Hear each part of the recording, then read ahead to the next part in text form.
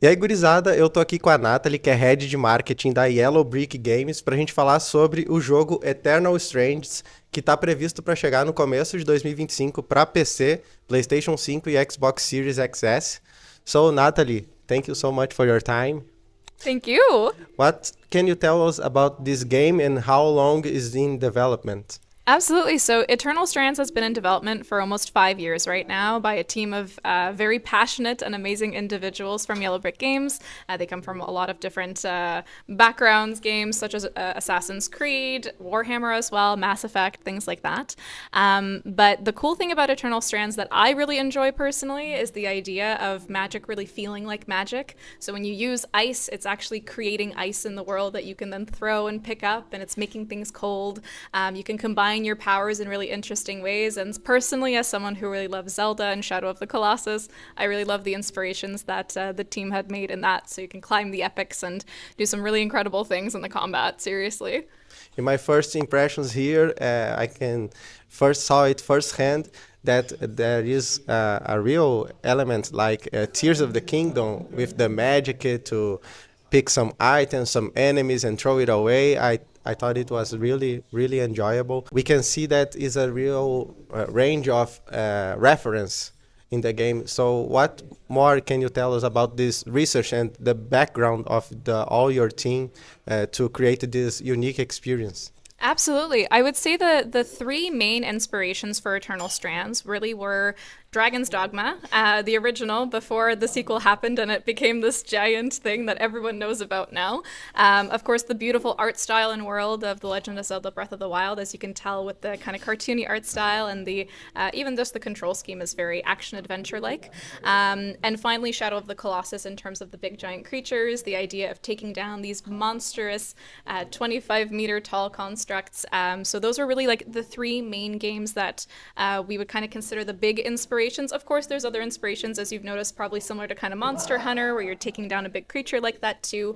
There was a lot of games that we all loved as a studio that you can tell that the developers really put into the game, and I think it came together really nicely in a unique way. I don't know what you think. I agree with you. And how was the process in these 5+ years in development? There was a demo that could be played. Yeah, so we actually have been doing some user testing. We have a small partner program right now where we have some influencers playing the game. They're testing it, giving their feedback. We're taking their feedback into consideration and then using it throughout the development because we really believe in that player first philosophy of making sure that we're getting the feedback rather than just kind of having it at the end. So we're really eager to hear people's thoughts. We're excited to see everyone playing the demo at Gamescom this week, which is also really, something that is the first time we're doing this massive hands-on in a more public setting. So I want to say over time we've done friends and family playtests as well. We've been doing a lot of different methods of gathering feedback to make sure that we're taking into account all different types of players. It doesn't matter, if they're action adventure players or maybe they're newer to the genre. All types of feedback are really valid. So that's been really important for us in terms of that. But yeah.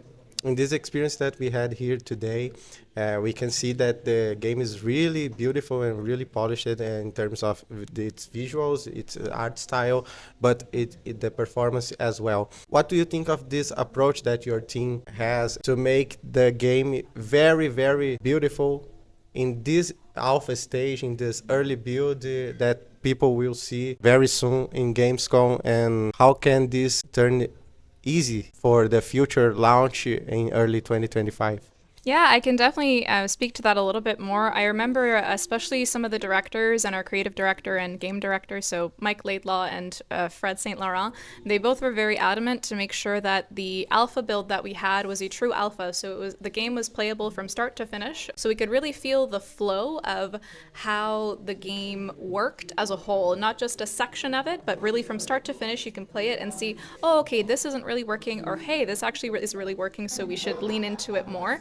So I think that approach really allowed the team to figure out what worked and what didn't work very quickly, rather than kind of finding out after lunch, which is very nice. But in our case, the team has been very, passionate about putting their work in the game, making the game very beautiful. But of course, performance is the big one. I think we're a very gameplay first studio, even despite having, a narrative and the characters and things like that. But the gameplay is really where we want the game to shine and feel really good. And so it's really reassuring to hear that at least in the demo, it feels good.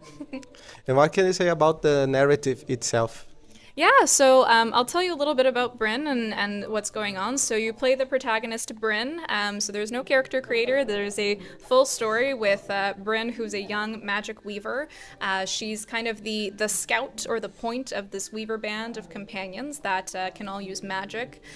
They find themselves in this closed off place called the Enclave, which 50 years ago, it used to be the center of all magic and kind of magic wielding people, but all of a sudden it closed itself down and no one knows why. And so if you think of something like The Mummy or Indiana Jones, it's much more of like an action adventure sort of movie, or rather experience, where you're kind of treasure hunting, you're exploring these ruins, you're figuring out what happened to these people, where did they go, and throughout your adventure you'll be able to bond with all of your companions, you'll be able to talk to them, influence how they react to you.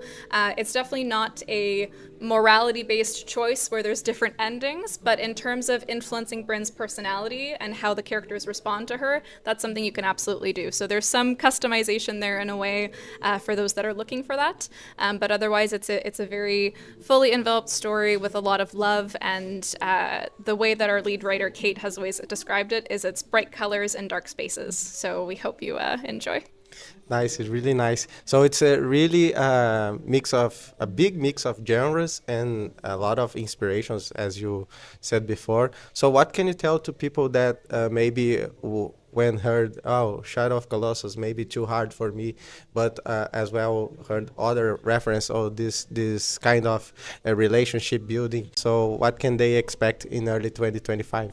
Yeah, in early 2025, I want to say, in many ways, expect the unexpected. I think one of the first things that I noticed when I picked up the game was just the fact that I can pick up anything and throw it and freeze it and throw it on fire. And of course, magic's been done before. Climbing's been done before. These are not new elements. But the cool thing with Eternal Strands is the way in which it combines everything and it feels very fresh, very new.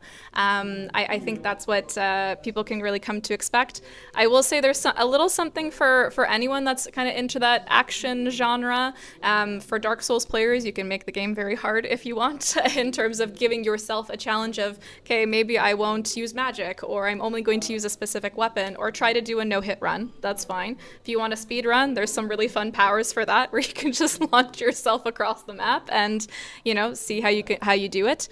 But of course, for those that are more into the Zelda, Monster Hunter, more of the action adventure side of things, I think you're in for a really fun ride. So, yeah, I say expect a true physics playground is what I will say. Natalie, thank you so much for your time, for your explanation, and see you on the gamescom. Yeah, see you on the floor. Thank you so much, everyone. Bye.